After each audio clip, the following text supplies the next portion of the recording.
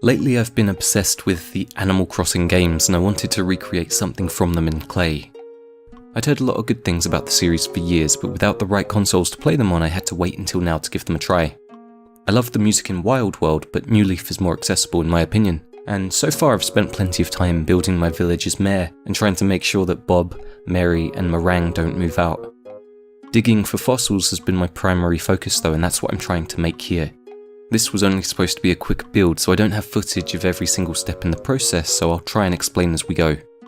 So for some context, you get 4 opportunities each day to dig up these fossils. They appear as little star-shaped cracks in the ground, and once freed from the earth, are represented by this rather curious little icon.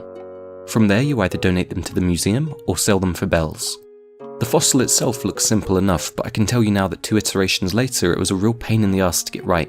I didn't want to make these models very big, they were just supposed to sit on my desk to brighten my day, so I aimed to make them only a few centimeters across to save space, clay, and time. This means that the star details on the models were incredibly difficult to get right because they're so small and fiddly, and the same process couldn't be used for both.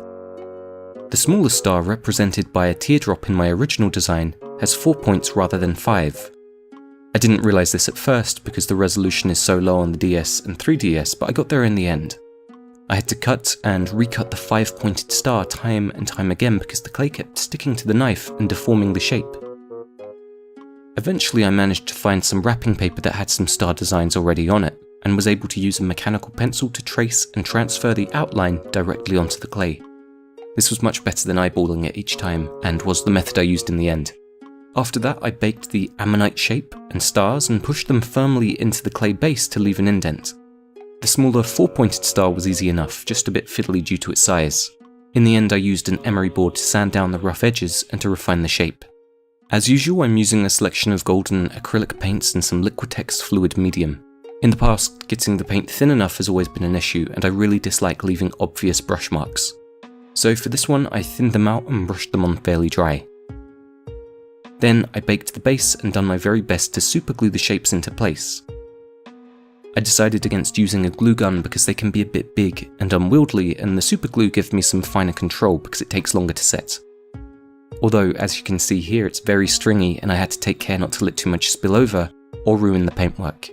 I was feeling pretty good about the first model. The paintwork on the base turned out better than expected using a mix of phthalo blue and iridescent silver. It was compact enough to sit on the desk without getting in the way, and the sculpt was accurate enough to clearly display what it was. But then I ruined it with a wash. I thought how nice it would be to add some depth to the ammonite shape with a light wash. If it had been underground for millennia, then surely it would have some dirt on it, right? Well yes, but in this instance also no. All the wash had done in the end was dirty up and overcomplicate the simplicity of the design. Because I was winging this whole thing, I didn't have a final version in place for translating this digital shape to real-life 3D. So once the first iteration was complete, I decided to start again. In the same way that practice makes perfect, sometimes iterating on a design is really helpful for getting it right, or at least closer to what you envisioned. Time was running out now because I had an upcoming trip that I had to prepare for, and I didn't want to leave another model unfinished while I went away. So I tried again. I scaled things up ever so slightly to make cutting out the star design slightly easier, and simplified the paint job to a simple phthalo blue with very little mixing. By making the ammonite shape less tightly wound, I could now see the underlying blue in the gaps, which I quite liked. The 4-sided star is a lot cleaner and more accurate than the teardrop, and the brighter colours make it pop more in an eye-catching, cartoony way, similar to the feel of the games.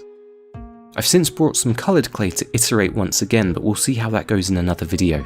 For now, let me know whether or not you're looking forward to Animal Crossing New Horizons, and I will see you next time. Thank you for watching. Oh, by the way, I'll have some new Game Boy videos and Bandai model kits soon. See you next time.